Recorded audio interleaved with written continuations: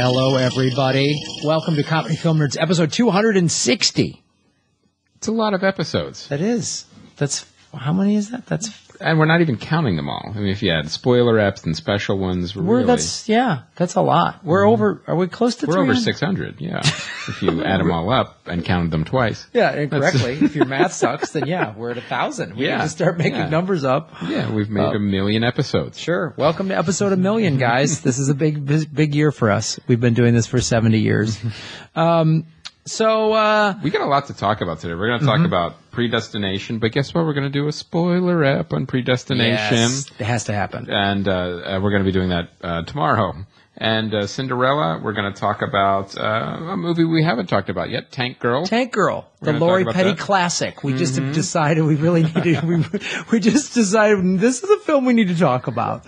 And some a real odd assortment of films coming out this week too. We're going to be talking about Insurgent, The Gunman, and Kumiko, The Treasure Hunter. Yeah, Divergent, Insurgent. Yes, The Urgency. Nobody caught that. Nobody caught the movie's called Divergent, Insurgent. Nobody anywhere at any level of this film went, hey, maybe it's too many names that sound alike. Electric Insurgeru. It's just like it makes Divergent, Insurgent. Like it sounds like a joke. Yeah. It is. I saw the first one. Exactly. Yeah. It's like when you can't you can't remember the name of something and you're like, what are those Divergent Insurgent films or what are those, you know what I mean? It's like, no, that's not the name. Divergent : we want Hunger Games money. Yeah. That would make more sense than calling it Divergent Insurgent. It's not called the Hunger Monger Games. Yeah.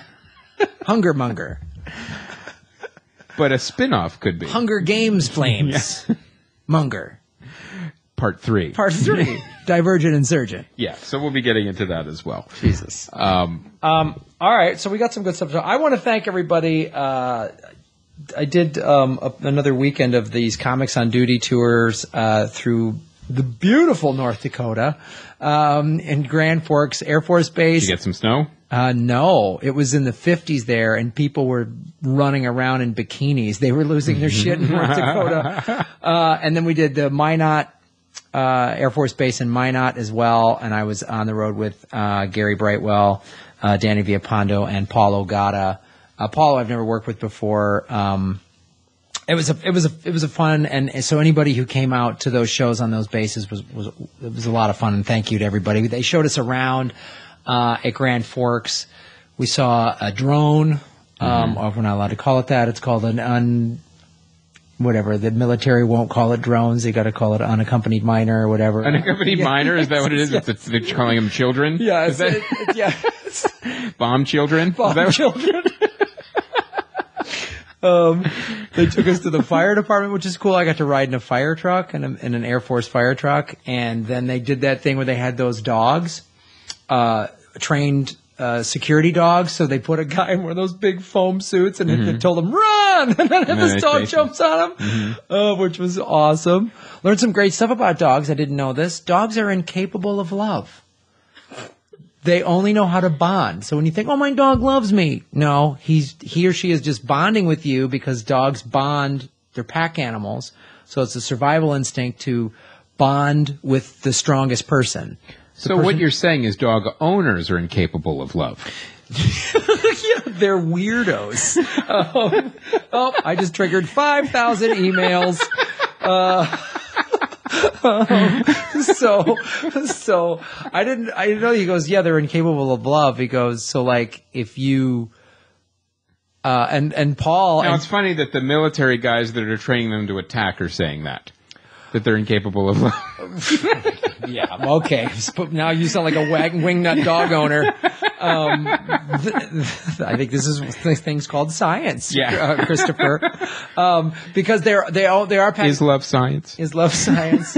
Because here's the thing, and he's like, if you stopped feeding your dog and someone else did, the dog is going to go to that person.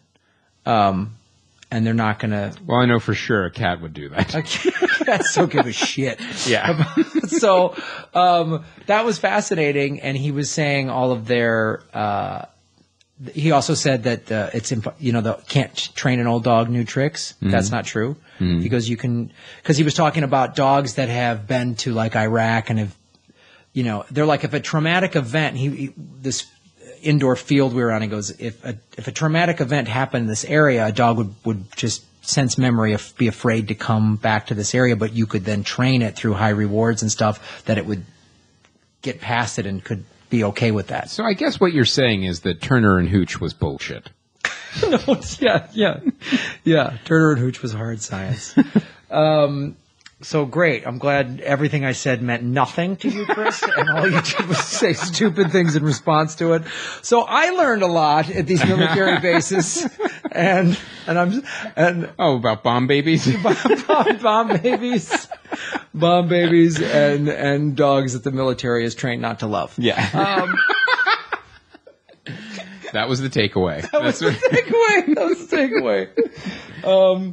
So that was funny because Paulo Gatta and Danny Viapano are both dog owners, and afterwards they were like, "Oh man, I thought my dogs really loved me," and I was like, "Nope, you've just feed them. Put on a suit and have them chase you. Yeah, they'll come at you hard.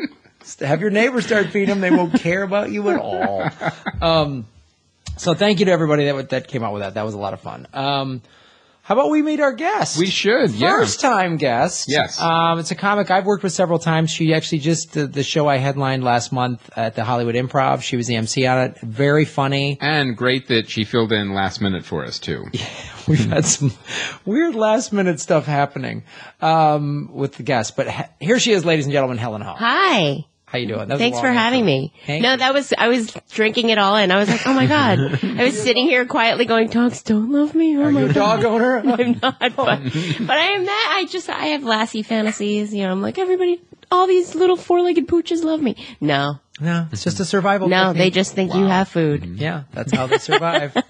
If they can't dominate you, then they bond with the person that is more dominant than them.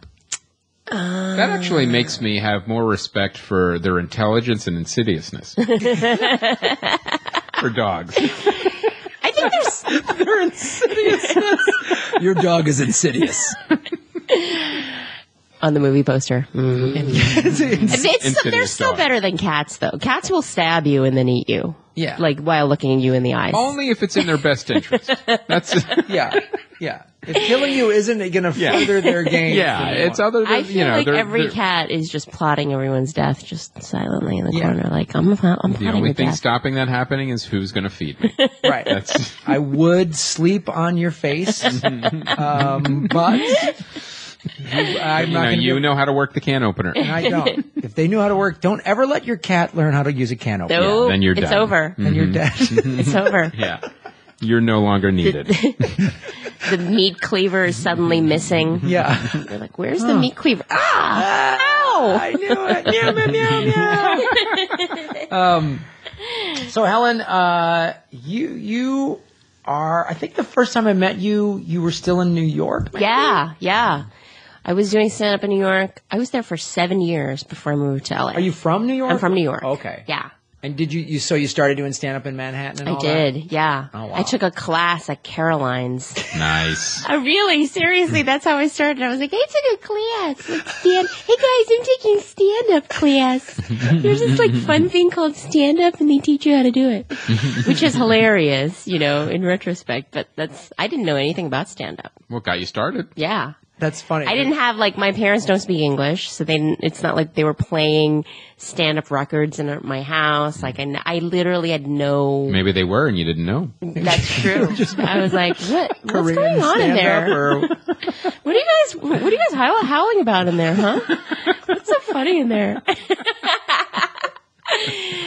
Yeah, so I didn't know anything. I didn't know it was a job you could do that people would pay you money for. I didn't know any of that. Sometimes, yeah. Yes.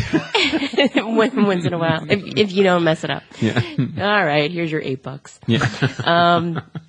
Yeah, so I took a class, and that was really like my entree to stand up. And I always feel like I'm playing catch up because a lot of comics are, rabid comedy fans before they even start. And I'm like, I don't even know what you're talking about right now. And they're like, that special that Kennison did, that blah, blah. I'm like, no. Oh, I never saw that. And I don't know. Who's Steve Martin? Yeah. Who's this Rick Pryor? Yeah. Who is he? Yeah, I swear to God, I feel like half of my life is like, okay, so this Pryor character. So have you Tell me more. gone back and watched all these old specials or listened to them, or are you just like, eh? Are you just like a cold, heartless dog or cat that's just waiting for your insidious moment to attack? If this is not feeding me, forget it. Did Sam Kinnison's album put food on the table? No. I don't think so. I don't care. Then I kick it. I flip the table. Yeah, of course. Here's what I think of you, Kennison. But it's kind of cool because, you meet people who've been in the business for so long and they have these crazy stories. Like, I just had dinner with a booker who was telling me this crazy story about Daryl Hammond and Billy Gardell back in the day, and just when they were like little kids and they were all making like $100 a piece. And I was like, and they were getting into bar brawls, fake.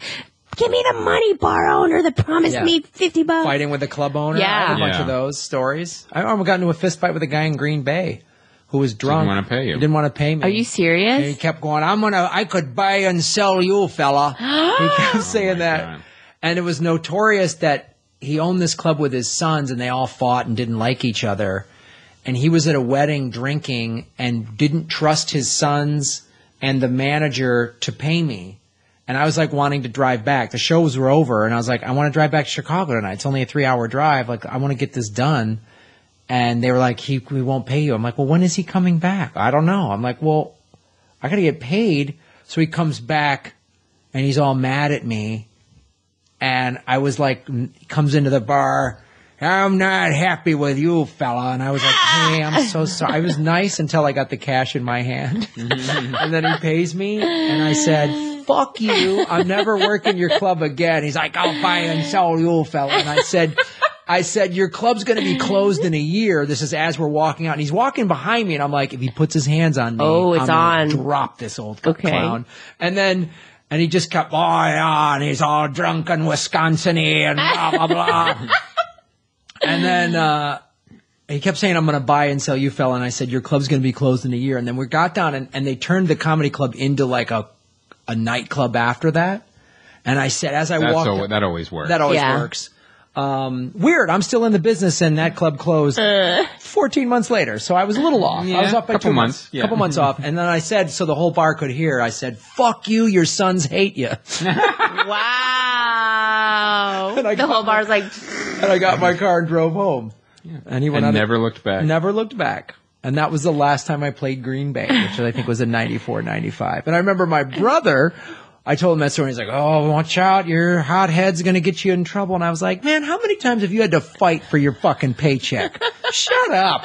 I didn't handle this the wrong way. This guy didn't want to pay me.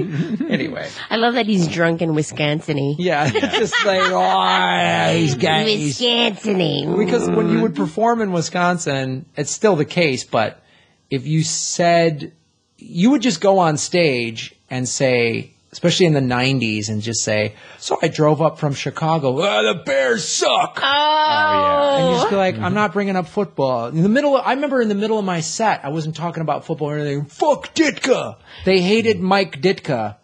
And I'm like, good, man. I wanted you to know Sports about fans it. are very passionate. I wanted you to know about it. I wrote a whole bit back then about these millionaire athletes don't give a shit about you and me. No, they don't. And I was like, do you think Brett Favre is in the huddle going, we got to win this for Steve in Minocqua? Yeah. Watching it at a bar with a TV that can barely get in focus. Yeah. Yes. So Minocqua is good. So let's talk about some yes, movies. Helen, those are the stories. Yes. Mm-hmm. I want to talk about this movie, Cinderella, the entire family. We went to see this movie. And this is the big... another one of the big rollout of Disney movies where they're live actioning a lot of their animated classics. And, all four of us went to see it. And then we took another little girl with us, so Bella had a friend as we were watching the movie, and they were like, it's on. Yeah, they were like talking and kind of giggling through the movie, and I'm thinking, I'm sitting next to them going, they are distracting me. I cannot watch this movie. And then I had to stop myself. I'm like, do I care if I'm watching this movie? It's not like American Sniper. Right. It's Cinderella. You should take your kids to that. Yeah. Yeah, they won't talk through that. I can guarantee it. You look over and they're like, Daddy! Yeah. Kids act bad, Daddy. Yeah. Daddy's going to give a grenade and tell you to blow up a tank. So it's a punishment. Yeah. So I'm watching this movie, and I'll tell you, I'll give Disney a lot of credit here. They did not skimp. They really, they made this a movie like, we're going to take this full-on production value. Full-on production. Yeah. You've got huge production value, but also behind the camera, too. Kenneth Branagh directed it. Chris Weitz wrote it. You've got some decent acting in there, and Hilary Bonham Carter is definitely... full on kind of, not full on, but she's definitely kind of like that the crazy fairy godmother. And then, and you've got, Cate Blanchett as the I love her. wicked stepmother. She's and good. Here's the thing about it too, and this is what I was really happy to see, is like, she clearly enjoyed this role. Right. Like she played it very wickedy, and, but also Wickedly. campy. And, one of the things the movie tried to do is kind of give each character a little more depth, and sometimes it worked, sometimes it didn't. The thing about this movie is it didn't do anything wrong, but it's certainly not going to surprise you at any time. There's no. I remember I was looking at IMDb just in the movie, and then how people review the movie underneath, and one of them said spoiler warning. Like, really?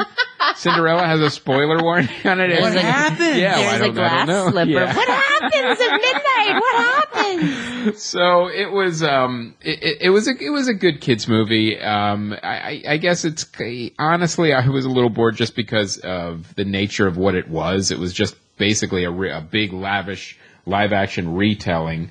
It wasn't like Maleficent, where it kind of told the story from the villain's perspective. This was pretty much Very scene by scene, straightforward. Yeah. This is a live action telling of the Cinderella story, but based on the animated classic that Disney did. So. So let me ask you was this. there a lot of bippity boppity booing? It was there was some. What's the live action version of bippity boppity boo? There were some references to bippiting and booing. Like you've got the CG mice. You've got a lot of that. Really? Stuff. CGI mice? Okay. Mm-hmm. All right. You've got like the animals when they turn into the coachman and the footman and all that stuff. You have that just in a live action version. Is this? Let me ask you this, because I'm just looking at Kenneth Branagh's directing list, and he's done so much. I mean, obviously he's done a lot of Shakespeare, but then he's got this film, he's got Thor, he's got Jack Ryan. So I didn't know he directed that. yeah, it's Jack Ryan, Shadow Recruit, and. Kenneth Branagh is a very varied and wide and varied director who has actually been around for longer than you think. Oh yeah, he directed Henry V, Dead Again, which was like a really fascinating movie about karma and all this stuff. And past lives. So when you look at this and kind of what you're saying, my question is, it seems like he's skilled at getting the genre correct. Yes, no question.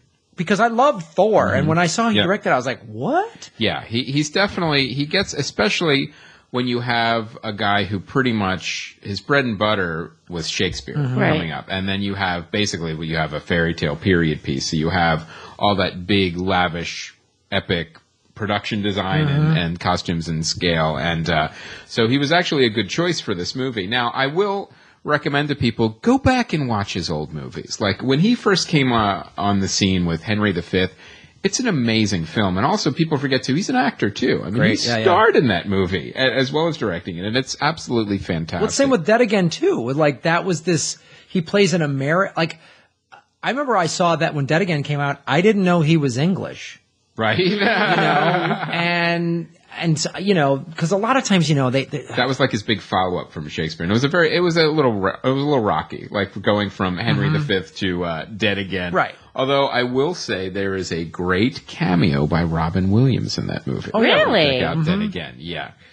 Robin Williams is in that, and also it was one of those things, and you still see this, Hollywood loves to hire a lot of Brits, and sometimes it's so obvious. I mean, Tina Fey and Amy Poehler made fun of this in the Golden Globes, how they always do that hard R. They over R things when they're playing their American accent, I saw Hugh Grant in a movie once trying to play American. It was the worst thing I've ever seen in my life. Like, he cannot... Not everyone can pull it off. No, he could not pull it off to save his life. Like, I bet if I had, like, put a loaded pistol to his head and was like, hard R, he'd be like, oh no! My life is over. Suck it. Click. So this movie, it's definitely, like I said, it's what I really liked about it was the attention to detail and the fact that no one walked through it. You could tell that everyone wanted to make this kind of cool and interesting and as almost like a homage to the source material, which not only the classic fairy tale but also the animated Disney film. Now, there was a couple interesting costume choices. The men were in ballet pants. So there was a lot of bulging throughout the Really? The entire film, I heard that they were forced to wear these crazy jock strap things to prevent the bulging. Well, you know what because it's a kid's movie. You know what happens when that happens? You have a larger bulge after that because you're shoving all this extra clothing down. But it was like a weird thing because it was almost like distracting, like all these great lavish costumes. A lot of junk. There was a lot of junk in your face. Oh, wait, because the camera kind of lingered on. Oh, okay. Weird, Kenny, what do you got going on? Yeah, Okay. a couple weird scenes like He's that. like, I isn't don't it know beautiful? if there was some kind of. I'd love to see the internal dialogue, the internal studio dialogue of those shots. I'm like, well, can we just CG the bulges out or something? No, it's fine. Just leave it. And then secretly there's another one that goes, CG, make all the bulges bigger. In the computer graphics. No, I did hear an interview with the boy who plays the prince saying that he had to stand in a room full of Disney executives wearing like 4 versions of like jock strap plus spandex, 2 jock straps plus 2 layers of spandex. Like they had to go through all these configurations, and he's like just modeling in this room for these Disney execs. They're all looking at his jive all day. And how much junk is too much junk here? What's odd after hearing that story is what they actually went with in the movie. Like I'm sure there was a better version of those. So. But how weird is that? It was a little weird. Like, just how about, art pantaloons? Find something else. But it didn't have to be ballet pants. Ballet pants is pretty aggressive. How about slacks? Slacks would be good. Slacks would be good. Dockers sitting. They had slacks back then, right? So methinks. So methinks don't have dockers. Casual business wear. Now, I do like the direction that Disney's going with remaking some of these live-action films. I hope they start to get away from the animated fairy tales. I know we're going to get Beauty and the Beast next, a live-action version. There's probably going to be a Snow White somewhere in development. I'm sure that will come out too. Yeah. But concentrate on some of the classics and redo some of those. Like, I'd like to see an updated Treasure Island or an updated Swiss Family Robinson or a 20,000 Leagues Under the Sea. Oh, and that's so interesting that you say that because it's all like things that boys would like versus things girls would like. What would you like to see? Because I was like, Treasure Island. There's no princess in that. I mean, come on. But it is interesting that all the ones that are making remakes are like girl tailored. They're all girl stories. They're all girl stories, like Sleeping Beauty, Snow White. Yeah, I could see how if you were a boy, you'd be like, come on. What about me, man? Someone better have a car or a gun. 20,000 Leagues Under the Sea, let's do this. Yeah, come on, giant squids, let's go. I love that movie. Because you're a little boy. Yeah, I have a little boy. Yeah. And Treasure Island was so good. Oh, yeah. Yeah. Little boy fighting squids. Yep. So that's anyway. Well, that's it's like I said, Cinderella. It's not a bad movie. Don't look for it to surprise you or any retelling of the tale. It is really a classic retelling of the story, and kids will definitely enjoy it. Girl kids. my son was a little bored. Of course. So, all right, let's get into this. And bomb children will also like it. So take your drones to this movie. Great drone film, guys. So all right, so there's not much in the theaters right now, so that's No, why. So Helen, you went back and revisited a classic, Lori Petty vehicle, Tank Girl. Mm-hmm. I saw that it had popped up on Netflix, and I was like, "Ooh, hell yeah!" I got a little bit of a lady boner. Little lady bone. All right. Because when was the last time you saw Tank Girl? 1995 when it came out. Yeah, it's a long time ago. And it's one of those things you're flipping through the channels and you go, Tank, what? At 2 a.m. in some hotel room, like it's on some weird channel. She likes tanks. 1995, Lori Petty, and of course Ice-T. Naomi Watts is in it. Based on the British cult comic strip, our tank-riding anti-hero fights a mega corporation which controls the world's water supply. Does it hold up, Helen? I'm sad to report, no. It doesn't hold up. Because it's the future, right? I remember watching it when I was in high school. And wait, was I in high school? Yeah, I was in high school and thinking, oh my God, she's the coolest chick ever. And she's like so badass and she doesn't care. And she like kicks boys in the crotch and they double over. Because apparently that hurts. And I remember thinking, what a badass. And then I recently watched it and that was probably the first time I had seen it since I saw it in high school. And I was like, no, it doesn't. It's like the bad guys are everything's too one note. Like the hot guy's too hot, the bad guy's too bad. She's too like, hey, I'm really different and funky and weird. There's too much of that. That was her bread and butter, though. That was every part she was in. I mean, of course, I love her in Point Blank as the surfer. She's great in that. But anyway, so what? I barely remember. Lori Petty. God, whatever happened to her? She lives in Venice. She's an artist. Really? Yeah, I see her around Venice all the time. You do? Oh yeah, she paints. And she doesn't act anymore? No way. She Does just she paint is like tanks? I hope. I hope she's just all she's doing is painting stuff from her old movie. Yeah, tanks and so because if I remember, it takes place in the future. In the future, it's a dystopian future, and it's sort of Mad Maxy. Everything's dry. There's no water, and this evil corporation, the Water and Power Department, they control all the water, and then this Lori Petty is part of this gang of rebels that dip their own water. Like they're on a water stealing program, and they're badasses in the desert. And then the corporation comes and gets them. But it's not really a comedy. It has comedic moments. Yeah, it's not a comedy. It's supposed to be an action drama that has a sense of humor to it. Yeah, a little like a funny moment. Not even a lot of funny moments, I would say, like a small sprinkling, like a small dash of funny moments. But it's supposed to be an action film, like a thriller, I guess, because there's this bad guy and he's very, very bad and he's super scary. Is it Malcolm McDowell? Yeah, Malcolm McDowell. And Ice-T is part of the ragtag group of post-apocalyptic. Yeah. Yeah. So, honestly, I didn't watch the whole way through. What? Because I was like, oh, Tank Girl. I was a little sad. That you were expecting this to be like, this would be great. Blown away, yeah. Like, taken back to my high school days being like, oh my God, Lori Petty, yeah! And then I just couldn't make it through. And I was surprised Naomi Watts plays her mousy little sidekick. And I was like, that's Naomi Watts. Yeah.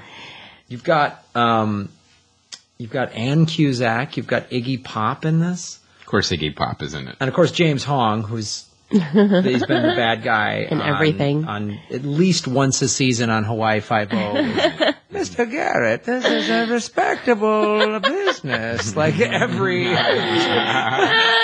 That's every show. That's everything he's ever done. This is a respectable business, Mr. Garrett.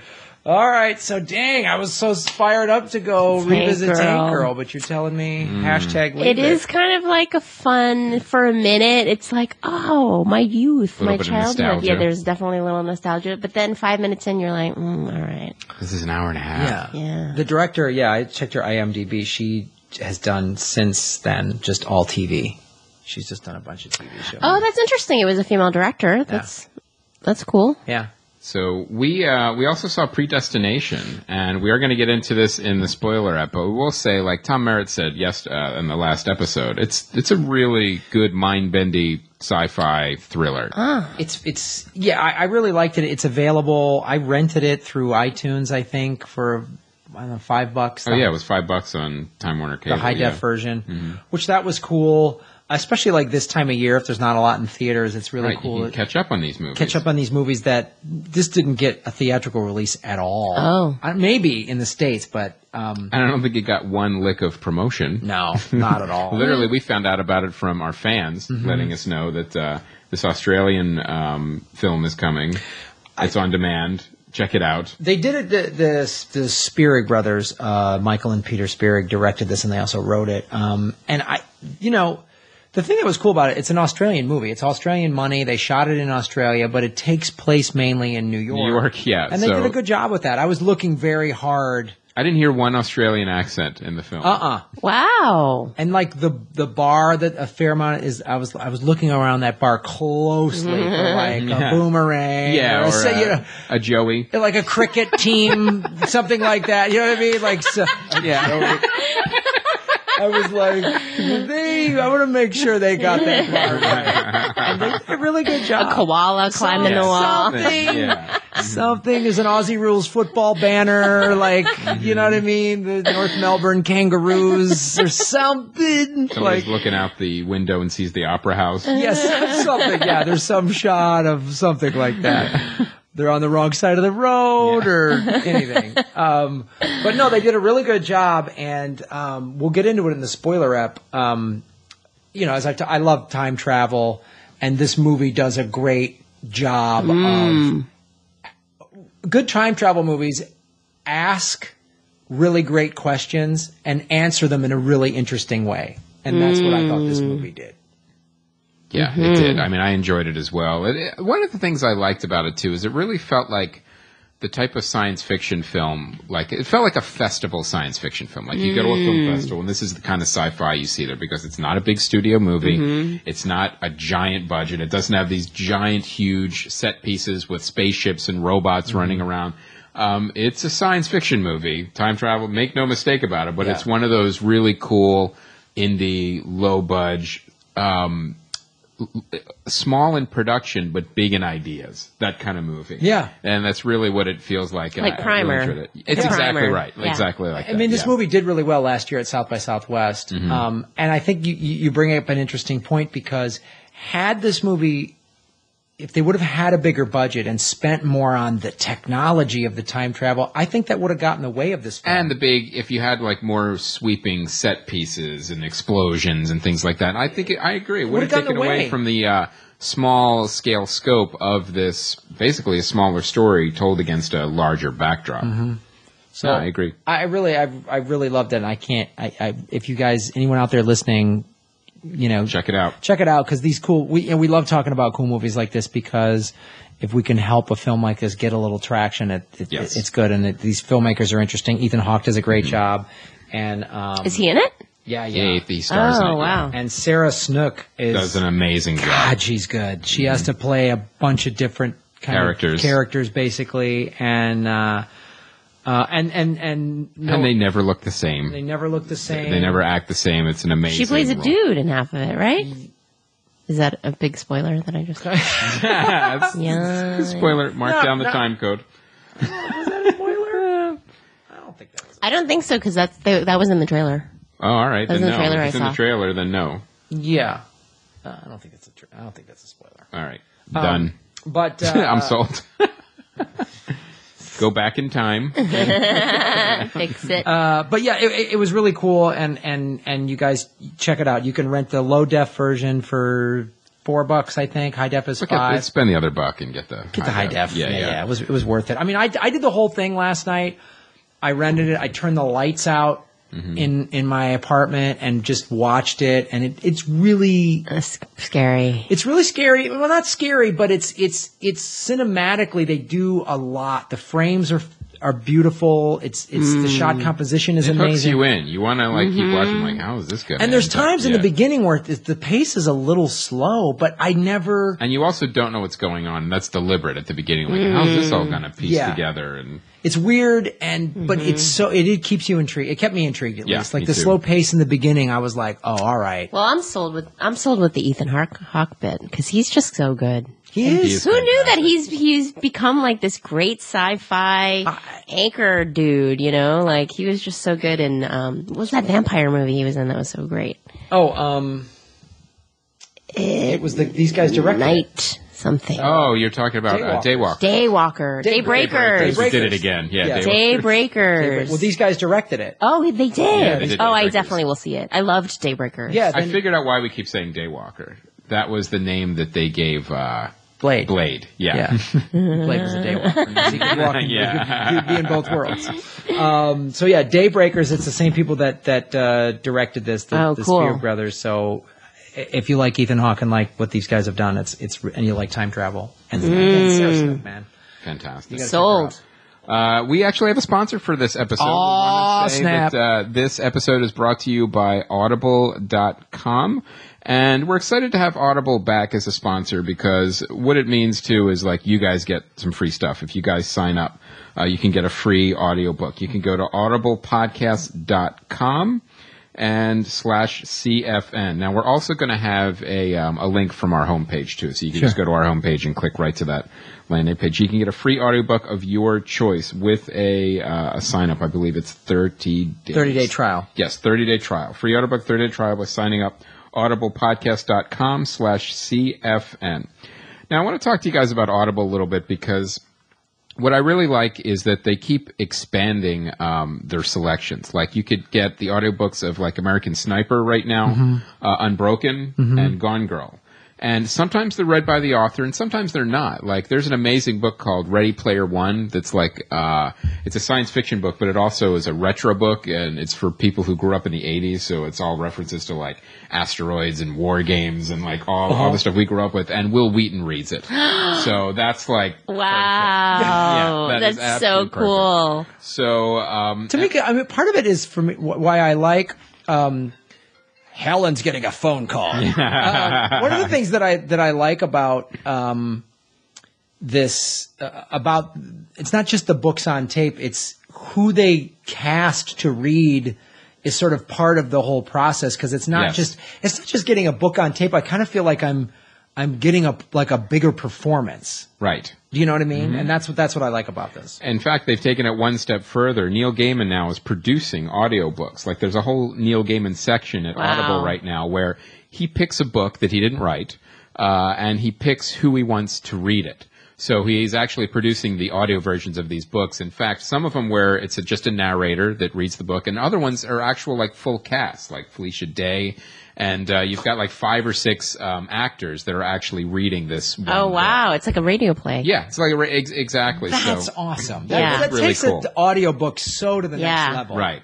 And so, and the thing is, man, it's free. You get a free audiobook for 30 days if you go to audiblepodcast.com /CFN. So it's a free audiobook and 30-day trial today by signing up. And one of the things we want to also mention before we finish this ad read is that a lot of people ask, like, well, how can we support the show? And this is actually one of the ways you can support the show. Like, you know, support the advertisers that actually advertise on the show because that's a great way to help the show as well. It's not just listening to that. If you actually go to Audible and sign up, that helps the show. Right, because when you use these coupon codes, guys, that's how It's they all track. tracked. It's all tracked. They track everything. So if they're spending money on this show for ad reads and you guys it's stuff you actually want to get, and this is like, you know, you get a free audiobook. At the very least, just go get a free audiobook. It doesn't cost you anything. No, and you can try out the service. Try out the service and use our coupon code. That's literally a free way for you to help the show. Yes. So we really appreciate it, guys. So remember, it's audiblepodcast.com /CFN, and we'd like to thank Audible for sponsoring this podcast and Amazon Company. Boom.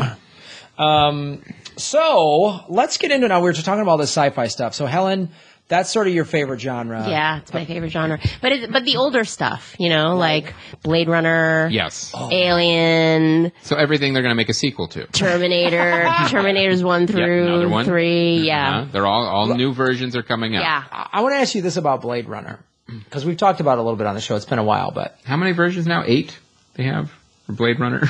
What do you mean? The different Blade Runner, it's like the original cut, director's cut, Sure. Yeah. it's like remixed, and the voiceover, non-voiceover.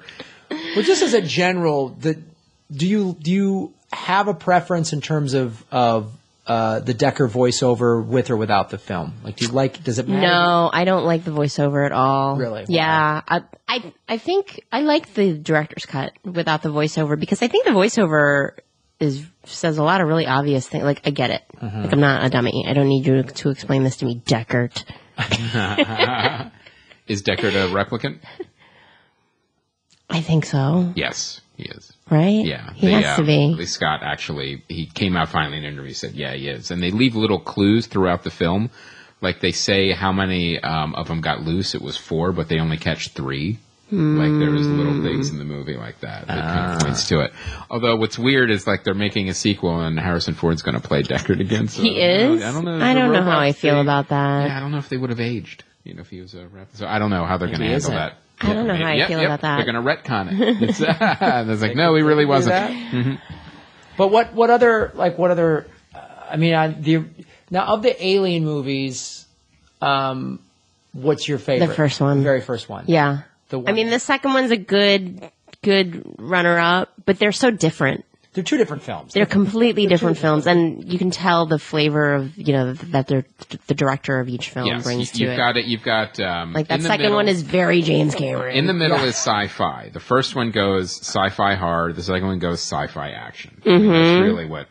Yeah. Sci-fi anchors it, but you're right. They're two. Well, you can different also genres of it's a film. great it's what we're a little bit what we're talking about with Predestination. That it's like the first Alien was a little lower budget, Right. So they and like you said, it was more horror. Yes. And the second one was like, okay, big budget. Yeah, guns, explosions, Yeah. the whole nine. Yeah. Cameron did the same thing with Terminator. It was it was a much lower budget and smaller movie than Terminator 2. Yeah. Just blew up. Yeah. And I love both, but for different. It depends on what mood I am. But I like to go a little more. I think I'm more like pure sci-fi, so Sure. I like that first. What are some of the other? Sometimes you're feeling Point Break. Sometimes you're feeling Tank Girl. I get it. I'm always feeling. Either way, there's a big tub of popcorn. That's the What only. are there any? Is there any like newer sci-fi that's come out for you that you actually did sort of resonate with? The newer sci-fi is less in the films and more in the TV stuff that's Okay. been coming out. Like, I just watched this crazy sci-fi series that's on Netflix right now. It's a British, it's a BBC production, I think, called Black Mirror. And it's like the Twilight Zone for modern technology. So it talks a lot about like, technology that's embedded in your skin and things like that. And oh, it's deliciously dark. It's so dark. Oh, it's good. So do you It's like good. more of a dark dystopian type future? I guess so, because that's sort Always of more interesting. Yeah, it is always. I mean, who wants a freaking happy future? That's not gonna happen. Look at the world now. Like, we really think We know which way we're going. we really think we're gonna turn this ship around now? No, it's just going dark, bleak all the way. So yeah, I guess I do resonate with that dystopian future. What sci-fi story, be it film, book, whatever, would you like to see either made or remade today?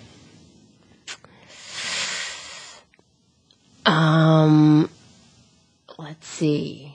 Dark Crystal.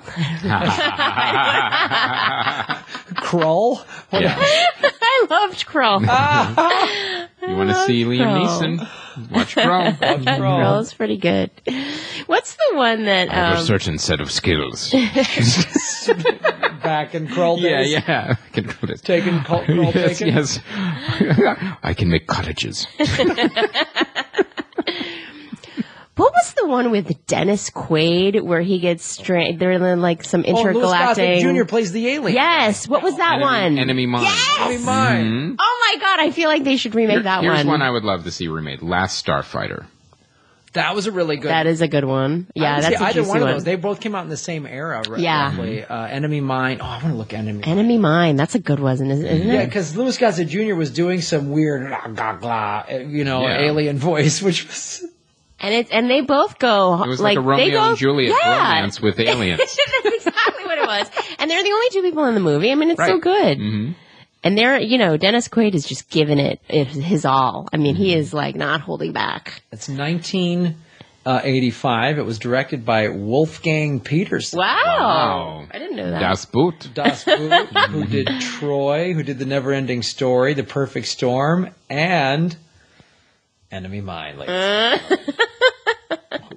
That's that's a really good idea. Isn't that a good one? That's a really good idea. And just have him replay, because he's still in good shape, Dennis Quaid. Mm-hmm. What if they remade Repo Man? What would that look like? I feel like it would go the way of RoboCop. I think you're right. Right? Like it just would be, they've completely taken the soul out of it. The more I think about this, back to Enemy Mine, the more I agree that should be remade. How much did you love Enemy Mine? But it is very dated now. It's dated, but if you updated it correctly, because the themes in it, they're battling each other, but then they have to work together. Exactly. So there is all this sort of race issue stuff that if you had a great screenwriter handle that today, you could do that great thing about science fiction, like really. All of the issues we're facing in America and around the world with race and very religion current. And all this stuff, you could make it so so powerful. I think. Enemy Mine, good choice. Thank you. Ooh, Thank you. It's an oldie and a goodie. Nice work, Helen. Way to go. Your geek is showing. Way to nerd it out. Nice nerd move. All right. To DVDs? Let's go to DVDs. Annie, I don't know anyone who saw this or wanted to see it. And but even just from the trailer, the whole kind of concept of remaking this film was unbelievably flawed. And you could tell the people that made this film had no idea or understanding of the original material. And since my daughter played Annie in the play, I actually got a new appreciation for the play. I never really liked it that much until I actually really got into it. And I realized the biggest flaw with the remake of this film is that Annie, the whole point of the play and also of the original film is the setting. You have a certain snapshot of time in American history where you've got a lot of people really struggling to survive. You've got kids in orphanage, and you've got, the Depression, the shadow of the Depression on this story in this film. And if you take that out, you've pretty much gutted the whole point of the play and and the film. This is the setting was just as much a part of this story as any of the characters. So when you take that half of it out, well, now the soul of this entire project is gone. Right. So, but this is the director that did Fired Up and Easy A. Oh, well, there you go. So I'm sure he got the source material. He was on board with it. Yeah. Penguins of Madagascar. It's an interesting list. Exodus, Gods and Kings, Top 5, and Song of the Sea. That is, there's something for everyone there. I am very excited to see Song of the Sea. Now I could finally see this film because it was the one of the animated nominations for Best Picture. Okay. So, and it's also the same filmmakers that did Book of Kells. So it's got a very specific style to it. It's like, it's kind of mixed media a little bit. It's not Disney. No, it's not Disney. You've got the 2D animation, but you also have kind of like the effects that kind of go with it. Yeah. So it looks really beautiful and interesting. Finally releasing Pop-up bookie. Yeah. It's good that they're releasing some of these Oscar films finally so everybody can get a chance to see them. Yes. All right, and then coming out this week, Divergent Insurgent. Divergent Insurgent. The next one's going to be called Detergent. I hope so. It's squeaky clean. It's time to clean up the bad guys. Divergent Insurgent Detergent. Divergent Insurgent Returgent. Yes. I hope these are all products that they're selling. Now, I did see the first film, and it was unbelievably boring. You have these decent actors and actresses trying their best to make unbelievably boring material compelling. They failed. It was one of those. That's disappointing. Kate Winslet, she's one of the best. And Shailene Woodley, they all again. And nope, even super boring. This is a film I will watch on an international flight when I'm ready to go to sleep. Yes, and it will serve its purpose. And very little happens through most of the film, and you're watching this and like, okay, basically, the tagline is "We want Hunger Games money." That's really the only reason these movies exist. And if you can even go back to this young adult dystopian future is rather large in young adult novels right now as well. So there's a million of these type of stories. So it's just a matter of which one gets bought, which one gets made. And a lot of them are a little interchangeable. Was this, did I just see Maze Runner? No, I saw Divergent Insurgent. So, is it the same? Yeah. No, what's the difference? No, it was Maze Runner Detergent. Yeah, Maze Runner Detergent. What's the difference? So, it bubbles. It does. It bubbles when you run the maze. I'm still angry about Maze Runner. Oh, Chris. I warned you, brother. You were right. I warned you so hard. That one had a great trailer, though. I saw the trailer and I was like, ooh. And a great premise. Yeah. This was, it was like Cube meets Labyrinth. Yes. Oh, ooh, I just got a lady boner thinking about that. Cube meets Labyrinth. Yes. Nerding out over here. So now, here's the next movie out, The Gunman, which I have a feeling... The Gunman Funman. I am really kind of looking forward to watching... if Sean Penn wasn't in this, I would have no business even thinking about it. But now I got to see him. I want to see clearly a Liam Neeson vehicle. That's all it is. It's the same people that did Taken. Swapped out. Literally, the Taken people went, all right, Liam's on Taken. Who else can we get to be the new Taken? This is the script for Taken 4. We can't call it that. Let's just search and replace and get another actor. Liam's busy fighting Ed Harris's kid. Yeah. I really want to see Sean Penn enthusiastically mumble through a film. Oh my goodness. So I want to see this movie, and I think this is a movie I want to see with several friends, and yell out at the screen and say dumb things like "gunman." Like every time he shoots someone, go "the gunman." I got a certain set of skills. I just came off an airplane and I don't know what's going where. I was upside down in my house because I spent 3 years in Haiti, so I got to do this film. So, I went through a divorce. Clean me out. Pretty much clean me out. Not working. Now I'm dating Charlize Theron. Man, she's expensive. She's expensive, and I can't. I got to be on a set so I don't keep watching House of Cards advertisements.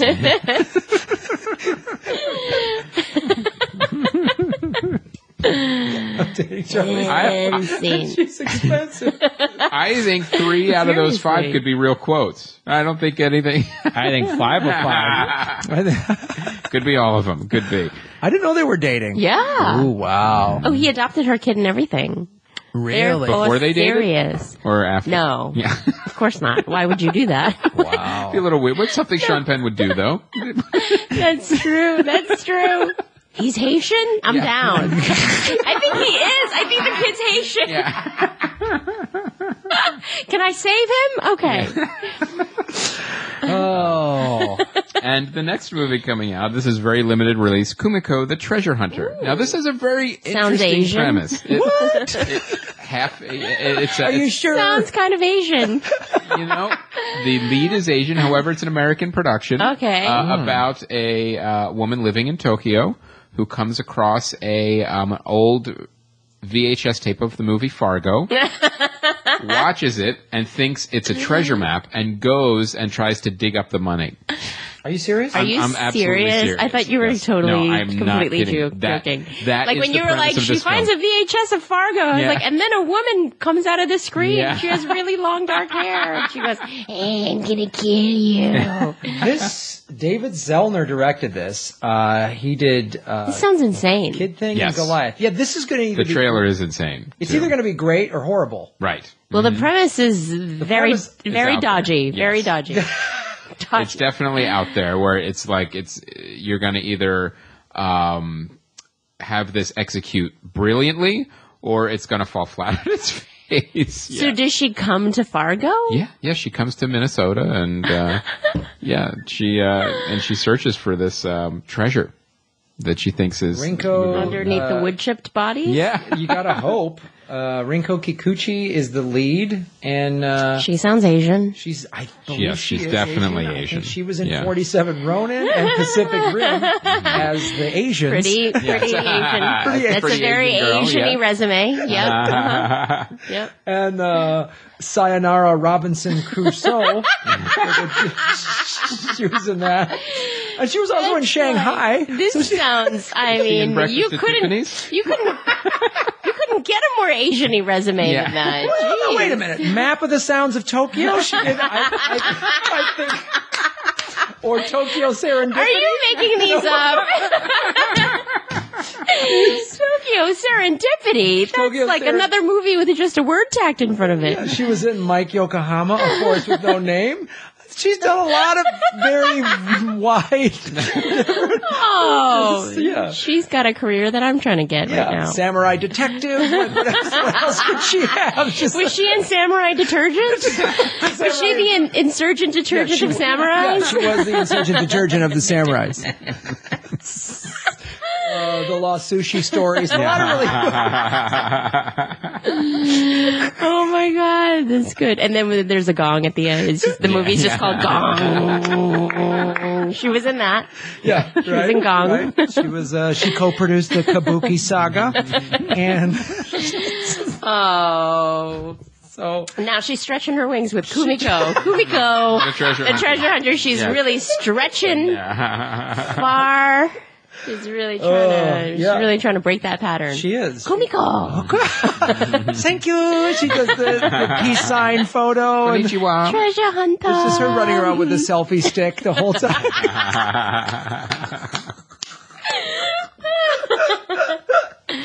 So check out. Okay. So konnichiwa on that, guys. Check out Kumiko, the Kumiko. Okay. treasure hunter. Now the site spotlight / fan feedback. I got a nice email from Rich Conroy, who was like, we were trying to find that Herbie the Love Bug TV movie Yes! remake. He found it on Wikipedia. You actually have to look it up on Wikipedia. It's we couldn't find it on IMDb. And I forgot about this too. It was like, it's not available on DVD. You can't find it. Bruce Campbell stars in it. Dana Gould is in it. And I forgot it has an evil car in it. They make an evil version of Herbie that like has to race against him. It's like an evil devil car. 1997, The Love Bug, directed by Peyton Reed. So it's one of those movies. Okay. Good luck Okay. finding it, Well, but it's really like Jeff Garland does a cameo in it. It's really Oh, wow. crazy. If you can catch it somewhere, I don't know where you This would is the find same it. director that did Bring It On. No way. Yep. He also directed the Upright Citizens Brigade TV show, and Yeah. he directed Mr. Show. Let me be clear. It's not a bad movie. It's not like the Lindsay Lohan fully loaded one. It was actually a really nice kind of tribute. Like Dean Jones makes a cameo in it to the actual series, like from the 60s. And Bruce Campbell does a great job in it, and Dana Gould does a great job in it. So if you can find it, check it out. But thank you, Rich Conroy, for finding the Wikipedia entry on it. You guys are phenomenal detectives. Yeah. You search down the Bruce Campbell, The Love Bug. And I want to mention, too, the horror film It Follows is out right now, and Neil thought it was fantastic. There's a review on the site right now, and it's a crazy kind of like The Ring type movie, but with sex. Like, it's a curse. Like, if you have sex with someone, you pass along that curse, and then something eventually follows that person unless you have sex with someone else. And it's like that creepy, unsettling kind of horror movie. Neil thought it was great.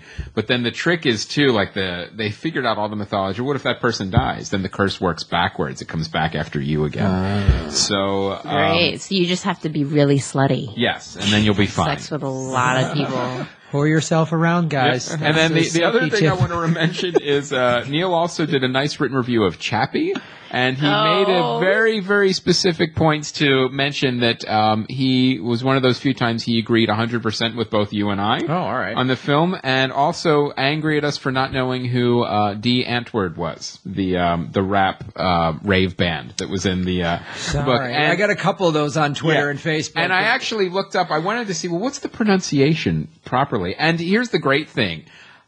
No one can agree on the exact pronunciation of the American, like you put it up on YouTube, like a couple things come up and they all sound different, like it's Die Antwoord or D Antwoord. And in the comment sections, everyone's arguing about the pronunciation. It's fantastic. God. It's like, well, this is the American pronunciation. And then somebody comments back, what the fuck are you talking about? What American pronunciation? They're South African words. Why would there be a correct American pronunciation of this? So it's great. In fact, it's very entertaining to read the comment thread of how to pronounce Die Antwoord or D Antwoord. But one of the things I want to mention to the fans, too, we did get a little heat for that. You remember, here are two guys who didn't know how to pronounce the rapper Nas's name. So this should not surprise anyone that we did not know. You guys can't see, but these guys are white. Yeah. I mean, they are white. Kumiko, white. the treasure hunter. Sayonara, Kumiko. Neil made a good point, too. He goes, when your kids are older, you'll know who all these bands are. Like, yeah, I know who Meghan Trainor is because of my daughter, but she's 10. So I think as she discovers these bands, I will know who they are as well. I want to know who they are. Yeah. How's that sound? I want my kids to know who Toshiro Mifune is. Toshiro Mifune. Fuck that name up, too. A noble goal for the samurai detective. You attempted. Detective inspector. Rejected. All right, I want to throw another quick response to Chappie here. I was actually talking to JB Updike, who does our ad sales and is a longtime friend. He said to me after Chappie, he goes, I was just listening to the Chappie episode, and he goes, the things we thought about Chappie, the problems with Chappie, he had those problems with District 9. He goes, I couldn't get on board with District 9 for the same... Because it had a weird rap rave band. Yeah, that's exactly why. So, no, but he just said like our like we thought it was good design, but the story and the characters fell apart. That's what he felt about District 9. Interesting. Which is an interesting thing. So, obviously, guys, love hearing your feedback on all this, and great detective work on the Love Bug. Yeah. Yeah, send us more of this. We love this. We love these discussions. So, and we love doing the fan feedback and giving you guys shout outs and all that stuff. And check out the site too. There's a lot of great content on the site that you guys can read, the reviews and stuff that we don't talk about necessarily on the podcast. Sure. Or different perspectives on what we talk about. You guys can have a Die Antwerp off. Yeah. And also now Die Antwerp. Yeah. And the message boards, that's... Yeah, here's the deal with the message boards. Look, I'm going to be honest with you guys. We've had a lot of trouble with the site and the message boards lately. They're all WordPress issues. Everything's working. You can log in. It's a little unintuitive right now. Like it kind of bounces you, like it may not direct you directly to the message boards when you log in. So just if you guys could just be a little more patient as we kind of get all these extra bugs worked out. Now, I will say the cart is on a completely different system. The cart's fine. It's stable. There's nothing wrong with the cart. It's just the WordPress part with the message boards is a little wonky, but it is working. You can log in. You can post. One of the things I did want to mention, speaking of the cart, is we are now carrying Larry Miller's book. Yeah. And awesome. And it's actually it's a little expensive because they're hardcover, but they're also very limited. You can't buy them anymore; they're out of print. And we have the only signed copies of them everywhere. So if you're a Larry Miller fan and you want a signed copy of his book, we're the only place in town that you could get it. And you also get a free Larry Miller Drinking Society card. There you go. It was awesome. So that's our show. Helen, where can the fine people find you on the internet? You got any live shows coming up? I do have a bunch of live shows coming up in the greater Los Angeles area. With D. Antwoord, right? Excuse me, it's Die Antwoord. Die Antwoord. Maybe it's like a cadence thing, like Die Antwoord. Check it out, helenhong.com, or you can follow me on all the social media platforms at Funny Helen Hong. Nice. All right. Guys, if you haven't checked her out, please do. She's hilarious. The show we did last month was great. It was great. She's worth following, so check all that stuff out. Let's see, what do I got going on? I'm home for a while, working on some top secret stuff, some top secret show business. But I'll just... And earbuds. Yeah, that's what I'm doing. We're working on a fair amount of earbuds I got now. food poisoning last week, so I've fallen a little behind on watching footage, but the editors and everybody, Chris and everybody's taking care of that, so I'll be watching a lot of footage. Yes. That's what I will be doing. Catching up. If you need me, I'll be in my apartment. There's a lot of good stuff coming up, too. There's like the Mike Schmidt segments are fantastic. To hear the stuff you should know, guys, talking about doing like a live show because they're not live performers. To hear that perspective of like, we didn't know what to expect. People like wanted our autographs and waited for an hour to talk to us after the show. And, these are, science TV guys. And now they're being treated like rock stars after a live show. It was really cool. So there's a lot of really great stuff that we're going to put together and make a movie. Yeah, watching the footage has just been, has been really cool seeing, some of the stuff with, like, again, all the Mike Schmidt stuff was great. The stuff I've been watching a lot of the stuff from the festival that we shot, which will make up a good part of Act 3, and hearing the fans' reactions to watching Mike, and also the Sinai stuff, and seeing Sinai and Vanessa and Aaron. I was watching the time all you guys meeting again. That was really cool, and it's interesting watching that footage now with some distance from when it happened. I'm seeing different things and hearing different things and seeing, there's just a lot of great stuff. There's just a lot of great stuff. So I'm That's one of the reasons it's taking longer. Because there's a lot to sift through. Well, we should be premiering it at Podfest this year. That's what we're hoping. Absolutely. September 18th through the 20th. So yeah, guys, go lapodfest.com. Tickets are available. Discount hotel rooms are available. September 18th through the 20th. We're already starting to make offers out to some big shows, and as soon as we get people locked down, we'll start announcing. Who's going to be there. But we can guarantee that the Dollop and Comedy Filmmakers and Probably Science will all be in the festival. Yes, done deal. I know Never Not Funny. Yeah, I can think they're in. So having Jackie back too. Jackie's back. It'll be good stuff, guys. So check it out. And I think that's it. All right. One thing I wanted to mention to Podcast San Diego. That's March 28th. I will be the closing keynote speaker there.